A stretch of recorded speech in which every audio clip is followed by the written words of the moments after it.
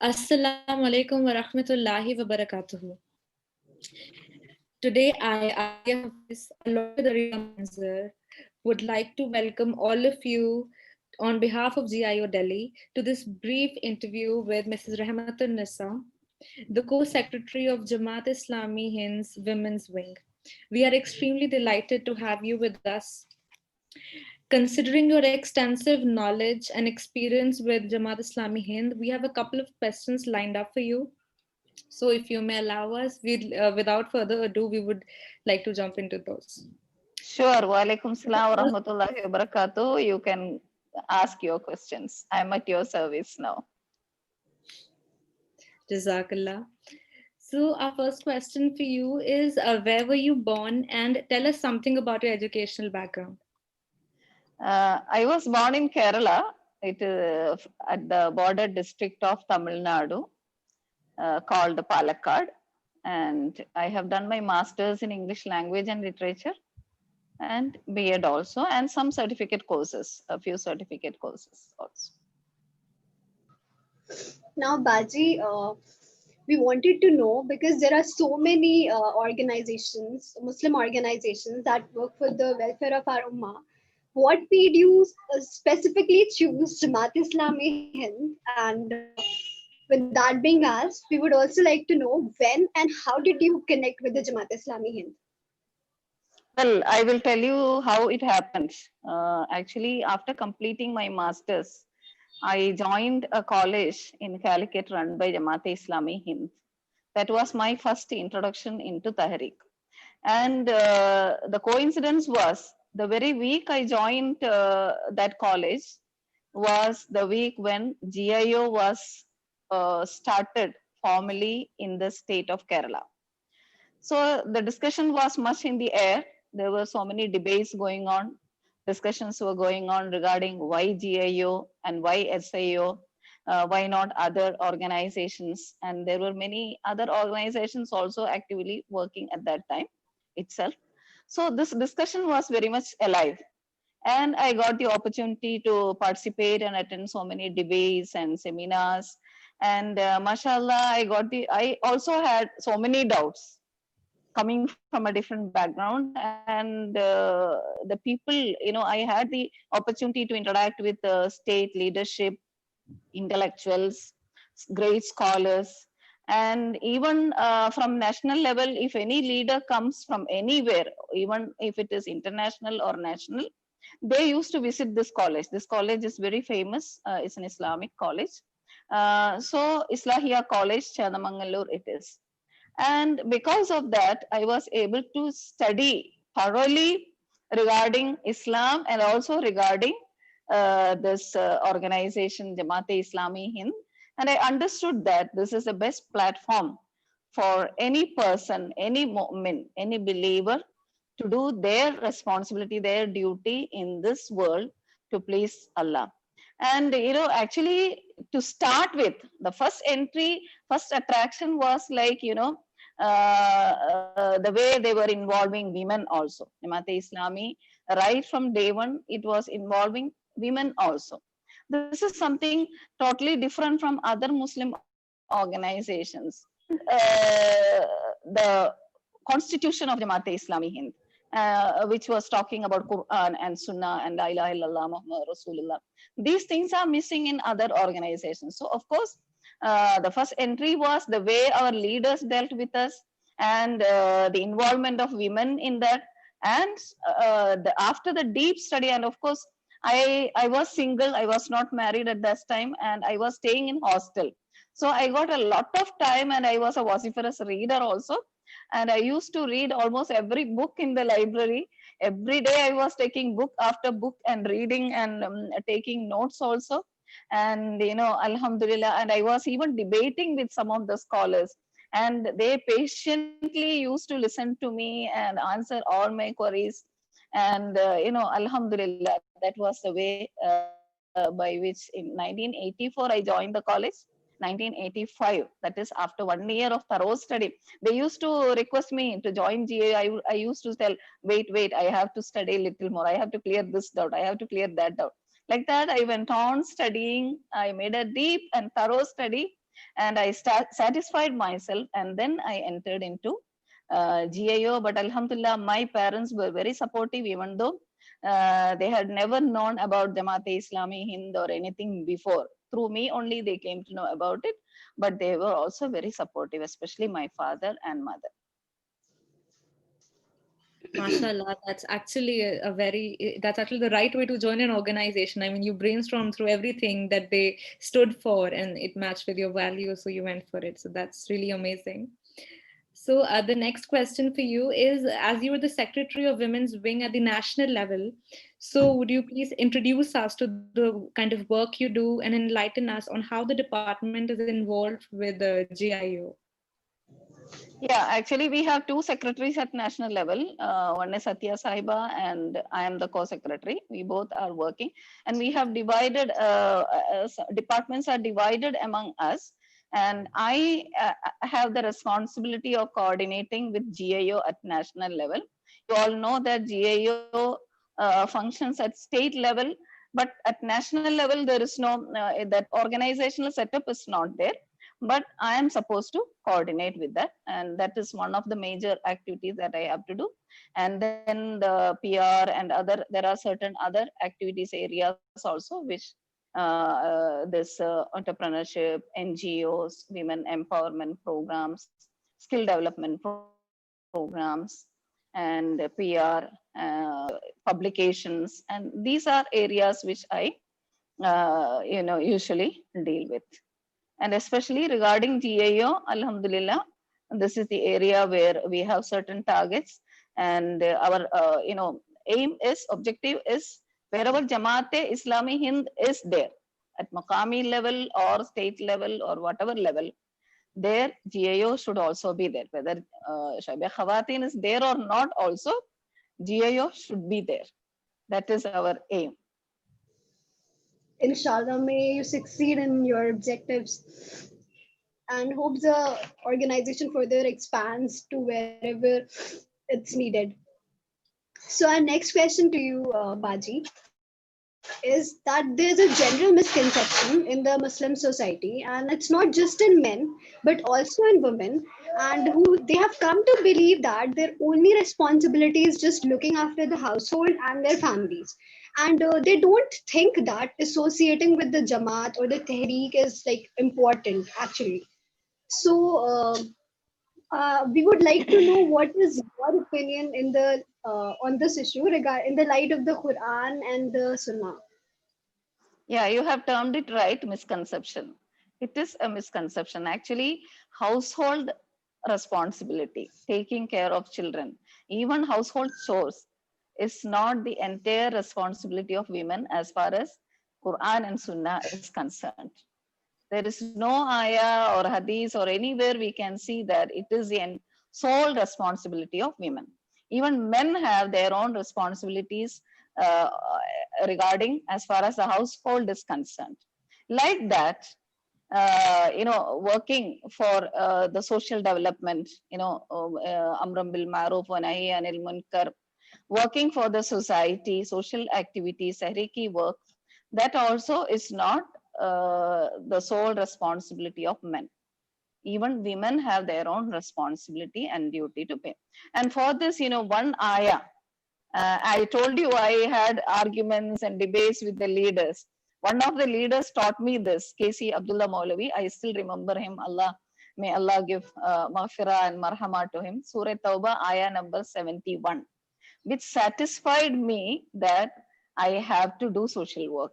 I have to work for my society. That is, wal mu'minuna wal mu'minat ba'duhum mawliya. That is, believing men and women are comrades each other. They are supporters each other, and they do.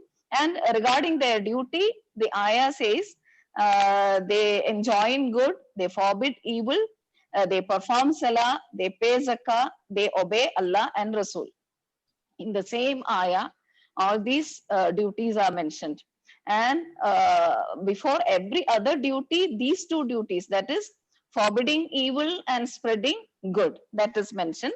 So people, I don't know why people have no doubt regarding whether women also should perform salah like men, whether women also have to pay zakah, whether women also have to obey Allah and Rasul. There is no doubt. So why this doubt regarding women doing this duty of joining organizations and Tahriki work in during Rasul Sallallahu Alaihi Wasallam's time? Sahabe women, they used to join Rasul Sallallahu Alaihi Wasallam in every area, every field. Allah's Rasul, what he used to do is identify the talent and take that work from women, support them in that. Whether somebody is very good at medical field, he used to Medina Masjid, part of Medina Masjid was set up as a a medical center. And even in the battlefield, women like Amara, and in the Aqaba treaties, women were there. So there is no field where women were kept away. And also there is an example when, even while going to the battlefield, a man was not, we cannot say he was exempted. He was not allowed to go for it because he had an old mother to look after. So household duties, whatever it is like, it's a shared duty. And of course, there are occasions when the priorities differ. Like, for example, when you have a small baby, when you have an infant, you have more, time, you have to spend more time with them in their upbringing. So such occasions are there where you have more responses. So priority, we need to prioritize, we need to see the situation, but that doesn't mean that every woman have to stay at home all the time and they shouldn't do any work, they shouldn't go out. The very concept of hijab is for going out. Otherwise, there is no need of hijab. Right, very, very aptly worded. So, Andy, one perturbing issue in our society is the ignorance of the Muslim women about the status and rights Islam grants them, due to which they're unable to realize their whole potential. So, and I mean, in Islam, we've had dynamic personalities like the mothers of the believers, Khadija, Aisha, Maryam radiallahu ta'ala anha, and many more who fulfill the definition of an ideal woman. So, in this situation, how can we help such girls realize and harness their own potentials? Yeah, that is where the challenge of GIO lies.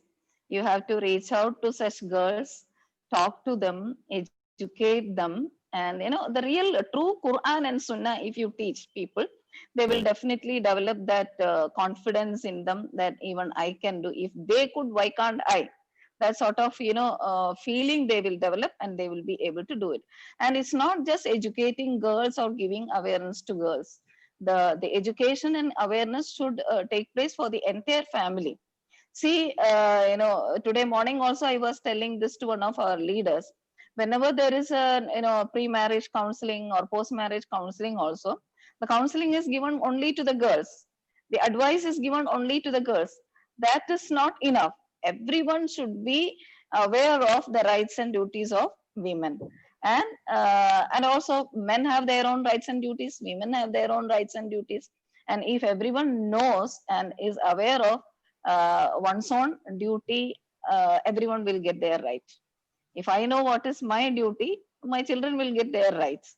And if my children know what is their duty, I will get my rights. So it is a give and take. So awareness should take place not just among women. Everyone should be educated, and the whole family, the entire society has to be educated in this regard. And whatever way you could, personal mulakat, counseling programs, awareness programs, campaigns, all these should take place, inshallah. So Baji, you just said that we need to like the purpose of GIO is to identify the talents, the skills of the girls, and to bring awareness and to help them express, right? So our next question is very similar to, like, it's on that line itself, that what happens is there are many girls who know their potential. They are well acquainted with their potentials and skills, but they show a complacent attitude when it comes to expressing it. When it comes to utilizing their skills, they don't use it for some reason. So since you have a background in teaching, we would like to know your suggestions in the regard for both the leaders and their teams to mentor these girls so that they can express themselves better. Recently we Yeah, attended this workshop, HRD workshop, where the speaker said that there is a graveyard of talent in the Muslim community. So how do we revive this graveyard? Yeah. uh, this graveyard of talent, not only among the Muslim community, among every community, there is, women's talents are not much utilized. And given an opportunity and given the correct atmosphere and support, many women in history have shown their what a woman could do. Actually, women, we always talk about empowering women, but actually the power is there within the woman. The what women need is opportunity and encouragement and support. So that is what is lacking in our society. When a woman comes out with something, to do something in society, she is termed as something different, or she is doing like men. So manly power she is showing, some people say. So even during this CAA and NRC protest against protest, some people, when our girls were coming out and they protesting, some people said, they are all showing manly power. I used to correct them. I used to tell them that it's not manly power. See, this is the nature of a woman. Whenever humanity is at risk, whenever there is a problem with human kind, the motherhood in her comes out. And that motherhood, that quality, whether it's a girl or a woman, it is, so deep and strong, and it has a potential to protect everyone. And that is what we see even in the birds, animals, when they give birth to children, and they are more powerful and strong, and they have the courage to protect their siblings. So this strength is there within a woman, and but the problem is opportunity. So how we give opportunity, and also this inhibition is there in among the women, that I shouldn't do, I cannot do. So usually it is the fear of failure, and also fear of criticism, that keeps people away from doing things. So get rid of this fear of failure and fear of criticism. Even the prophets failed at times, and Allah corrected them. And even the great personality, they failed many times, and then after that only they were able to do something for the society. So this is what we should realize. Organizations also should realize this, because only unless and until we give opportunity, we cannot understand the potential of a person, how much they can do. So involve people in activities, more and more girls, more and more women in activities, so that we will know how potential, how talented they are, and we will be able to utilize them. So initially itself saying that no, no, no, we can't be sure how she will do it, we don't know how she will be able to do it. If we keep her away from doing things, she will never get the opportunity to do. And also, whenever the opportunity comes, this is to my youngsters, girls who are listening to me, whenever an opportunity comes, grab it and try to do your best. Do the perfect homework, study the things, whatever is required, and try to do it. Don't say, why me? Say, why not me? And you will be able to do it. See, inshallah. So, Auntie, nowadays Muslim girls, they strive for attaining quality education, and yet they stir away from the path of their deen, while there is another part of the Muslim society that stays deviated from both the mandated Islamic and academic teachings. Since you have traveled across and outside of India, so as per your experience, what would be your suggestion to those girls, and also for GIO, on how to approach and counsel them? See, actually, the problem is, because of lack of thorough knowledge of what Islam is and what rights women have in Islam, our youngsters, what happens is they get easily attracted by people who talk about liberation, freedom, and all these. These are the terms which attract them: liberty, equality, and these terms attract them easily. And the greatest danger nowadays is, in social media, every second person is a mufti, and there are women among them also. And they come with a head or tail of an ayah, half part of an ayah, a portion of a hadith, or even non-authentic, the hadiths that are not authentic, and then talk about certain things which are not actually true Islam. So my advice or my request to all those our youngsters is, learn Islam from the true source. Number one. Number two, Islam. We should understand that Islam.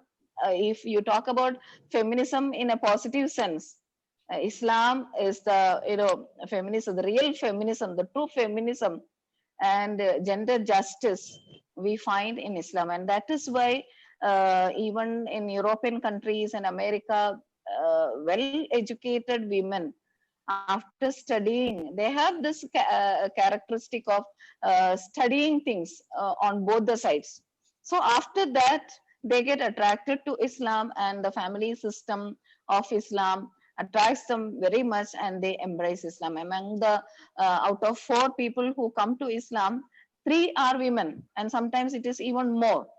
So it happens because they are able to understand the difference, because they have already experienced a different type of life, different isms they have experienced, and then they study Islam, and then they understand that this is the true religion which can give real freedom, the needed necessary freedom to women. So it is not by throwing away your hijab that you get freedom. Freedom doesn't mean liberation from your dress, or liberation from your family relationships, liberation from your creator, because all these are obliging to your creator means you are just like what Allama Iqbal said, you are getting rid of thousands of sajda by one sajda. So why? So you know the creator, why Allah, that you understand, and you try to learn your deen from the right sources, Quran and Sunnah, and then inshallah things will fall into space, and you will gain. So this is what GIO also has to work on, to develop iman and strong faith among the youngsters. That is our challenge. Actually, there is a big mistake that our seniors also make. Even among our scholars, they mix culture with Islam, and they present the culture as Islam and the rule of Islam, and which actually confuses our youngsters. Actually, we all should present Islam in the right way. What is Islam, what is said in Quran, and what is said in Sunnah, that should be presented in the true way, and we should be able to differentiate between culture and Islamic rules and regulations. And many people misunderstand certain cultures for Islam, and they think that this is Islam, and they even impose it on people. So we shouldn't impose that. So we should present Islam in as per the Quran and Sunnah, as per the teachings of Quran and Sunnah. It's very important for us to study the Quran and the Sunnah in depth to be able to do that, to be able to express the right Islam in front of others. Yes, Baji. So, our next question is, since you belong from Kerala, and in Kerala the GIO is very active, mashallah. So, although the culture is very different from the rest of the country, but still, what changes do you think the GIO of other states should incorporate in themselves to do better at their respective states? Kerala actually has a different culture, as you said. We speak the same language that people of the other communities also speak. And there is we live also in the same gully. Our next door neighbor may be from a different religion, and we have no such differences, so we get a lot of chances to interact and talk to each other, and that freedom is there. And literacy rate is very high, because wherever the literacy rate is high, wherever education is there, wherever people have that thinking skill and knowledge, spreading Islam or talking about Islam is very easy. Introducing Islam is very easy, and people understand the true spirit of Islam easily. But when we talk about the other states, what now I realize is a lot of changes are coming. mashallah, through nowadays, in many states, when I was going through the activities of GIO, mashallah, there is a lot of development, lot of changes are there. We actually, what as I said, we need to differentiate between culture and religion, and we need to create more and more opportunities to interact with others. Then only we will understand how others think about Islam. And also we learn from them. There are many good qualities which we learn from them. Many educated people, even in the campus, when our girls go and study, they should be able to mingle with others. Especially in the north, our girls study in colleges which are completely exclusively isolated from the other communities, or girls from other cultures. So what happens is they don't get a chance of giving and taking, or understanding each other, knowing each other. So these opportunities should be created. It doesn't mean that we need to be like them, or we need not have to be afraid that if our children or our girls interact with girls of other mazhab or other thoughts, they will also get attracted towards. If our iman is strong, definitely we will be at the influencers end rather than at the receiving end. So we will become the trendsetters rather than the trend followers, if our iman and our faith is strong. And that, on one side we have to develop that, and on the other side we need to create more and more opportunities for our girls to interact with girls of other societies and communities. When we That is the entire idea of India. The country is like, different mazhab people living together, giving and taking, and there should be a free opportunity for everyone to share and care each other and work for the society and for the entire humanity. So if this is developed more, uh, for this, education is essential. One main problem is especially in the other states, we have less opportunities for girls to get educated. So what we have to do is we need to create more and more opportunities for education. More and more, establishments should be made. That is one area where we have to work for. And also we need to give awareness to girls also to pursue their studies more and more. Even in Delhi, we have certain bastis where there are girls who haven't gone beyond 8th standard, or beyond 4th standard, because of lack of opportunities. So we need to work for it, inshallah. That's really rightly put. So, Auntie, what expectations does the women's wing at a central level have from the members and associates of GIO? It's not just women's wing. Jamaat Islami Hind has great expectations from GIO. Actually, GIO is the future of not only Shoaib Khawateen, women's wing. It is the future of the entire Tahrik. Why, I will tell you, because from our GIO girls, see, even I was in GIO. I told you I entered into GIO. Through GIO only I entered into Tahrik. Like that, most of our leaders, they entered into GIO, and then they learned. It was a schooling for us. It was like a university for us. We learned what the Tahrik is, and slowly we entered into Jamaat-e-Islami Hind. So through girls, we women's wing, the future women's wing leaders and workers will be from GIO. That is the future of women's wing. And regarding Jamaat-e-Islami Hind itself, see, we always say women are the first half of society, but the second half grows on her laps. So bringing up men also lies in GIO. At your age group, immediately after your age group, you start, becoming family women, giving birth to children, and boys and girls grow from you. And so the future of the entire Tahrik depends upon how well educated and what type of iman and faith and confidence that you develop at this stage.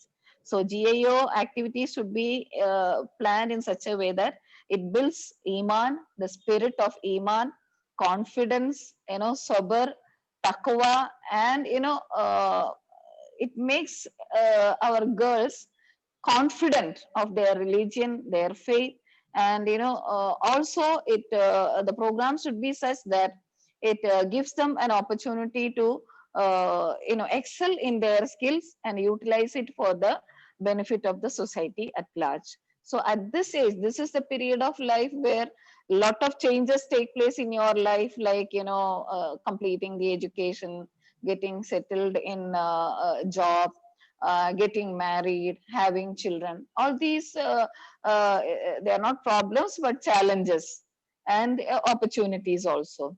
They are actually the opportunities for the entire humanity. So all these things take place, and you leave your home, go to your husband's house.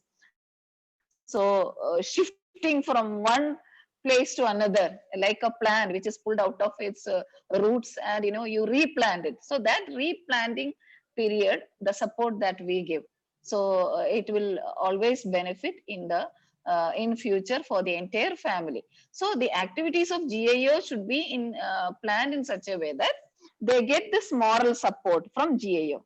Whatever problems that they face, whether it is in their education, in their job, or settling themselves in marriage, as young mothers, as young housewives, whatever problem they face, when if they look up to GIO should be able to provide solution and give them a hand and support them.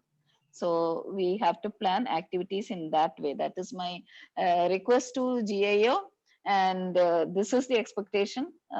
You are the future of Tehreek. That is the expectation. And we expect that, GAO, as I told you, wherever Jamaat is there, GAO should be there. And Alhamdulillah, now within this 1 year, we have already formed a GAO in UP East at state level, and also in, UP West, we formed. So now there are a few more states where it is not formed at state level, but GAO units are there working at grassroots level. So we will be forming, and we need to increase more and more units. We need to reach out to the campuses also. We inside the campus also, our girls face a lot of problems. So as a spiritual support, as a moral support, GIO should be present in campuses.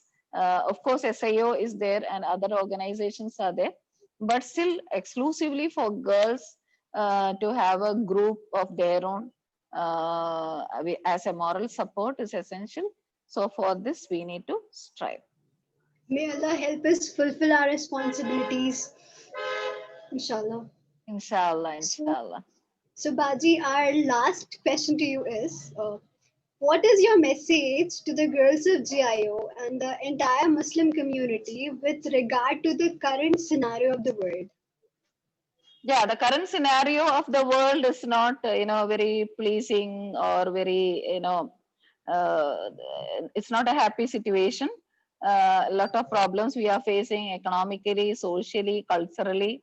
There are ethnic cleansings going on. Atrocities against women are there, and fascist regimes are, ruling in different parts of the world, different countries, and all these problems are there. But problems, even the prophets face problems, and every time, it will be there. One or the other problems will come and go. But what we need to do is we need to be, Inni ja'ilun fil ardi khalifa. Allah said in the Quran, we are the Khalifa of Allah. And kuntum khairu ummatan ukhrijatul linnas. We have to stand for the entire humanity. We need to work for humanity. Islam is a religion for humanity. It works for humanity. So it is the duty of everyone, girl or a boy or man or woman, to work for humanity. Whoever is suffering, we need to be with them. We need to support them. Whatever problems are there, there are solutions in Islam. We need to present that to them, and with sabr and with patience. In if we have patience and sabr, and if we have iman, we need not have to worry or be afraid of anything. That is what the Quran says. That is my message to everyone. Have faith, have iman, have sabr, have tawakkul. If we have these qualities and if we strive and if we work, as said in Surah Asr, Inal insana lafi khusr illa alladhina amanu wa amilu salihati wa tawasaw bil haqqi wa tawasaw bis sabr. Let us work, let us have iman, and let us, present Islam in the true essence to the people. We have a light in our hands. The Noor is with us. So let us light it for the entire world to see. The wherever we go, we need to spread that light, and wherever possible, and what I can do, what can the entire world is in darkness, what I can do is not the thought, because in the darkest room, even one single candle light has a light, and it is, something really useful. So let us do that, and we will have the courage to face all problems. Vaisebi, anyway, this worldly life is only for a few years or a few months or a few hours. We don't know how much. We have a long life ahead with Allah, and that is in the hereafter, Jannatul Firdaus. May Allah unite all of us in the Jannatul Firdaus. Ameen, Ameen. Jazakallah khairun, Auntie, for your valuable insights. Alhamdulillah, it was wonderful getting to learn more about you and also about the work that you do. Alhamdulillah. And thank you so much for giving us your precious time. It was really nice. Thank you so much. Jazakallah khair. May Allah bless all of you. And, in this world and the hereafter, I expect so much from GIO Delhi, especially. You have a lot to do. Opportunities are there, and we need to involve more girls. More girls should join GIO Delhi, because there are a lot of opportunities, and the leadership is very good. We have talented girls working day and night, and if more talented girls join, definitely we can do a lot. There are a lot many things to do in Delhi, inshallah. I expect more from you. Inshallah. Assalamu alaikum. Wa alaikum salam wa rahmatullahi wa barakatuh.